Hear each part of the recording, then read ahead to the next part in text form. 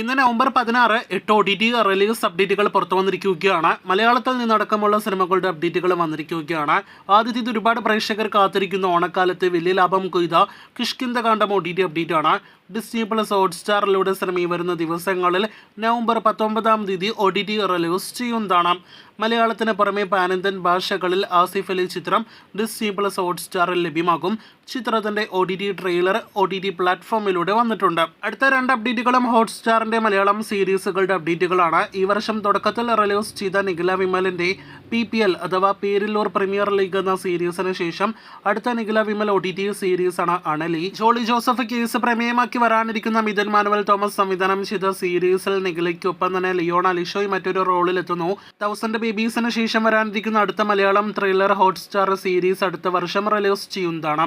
നിവിന്റെ ആദ്യ മലയാളം സീരീസും ഹോട്ട്സ്റ്റാറിലൂടെ റിലീസിനായിട്ട് തയ്യാറെടുക്കുകയാണ്. ഇതിനോടൊപ്പം തന്നെ ഷൂട്ടിംഗ് പൂർത്തിയാക്കിയ OTT ഒഫീഷ്യൽ പ്രഖ്യാപനത്തിനായിട്ട് ഒരുങ്ങുന്ന സീരീസ് കൂടിയാണ് ഫാർമ. ഒരു ഡാർക്ക് കോമഡി എന്റർടൈനർ വിഭാഗത്തിൽപ്പെടുന്ന സീരീസ് ഡിസ്നി പ്ലസ് ഹോട്ട്സ്റ്റാറിലൂടെ അടുത്ത വർഷത്തിന്റെ തുടക്കത്തിൽ ജനുവരി ഫെബ്രുവരി മാസങ്ങളിൽ റിലീസ് ചെയ്യുന്നതാണ്. തമിഴിൽ നിന്നും OTT റിലീസിനൊരുങ്ങുന്ന സീരീസാണ് പാരച്യൂട്ട്. മലയാളം ഉൾപ്പെടെയുള്ള ഭാഷകളിൽ ഈ വരുന്ന നവംബർ 29 ഡിസ്നി പ്ലസ് ഹോട്ട്സ്റ്റാറിലൂടെ ഈ സീരീസ് ലഭ്യമാകുന്നതാണ്. മലയാളത്തിൽ നിന്നും നേരത്തെ തിയേറ്ററുകളിലേക്ക് എത്തിയ സുരാജ്, വിനായകൻ തുടങ്ങിയവർ അഭിനയിച്ച സിനിമയാണ് തെക്ക് വടക്ക്.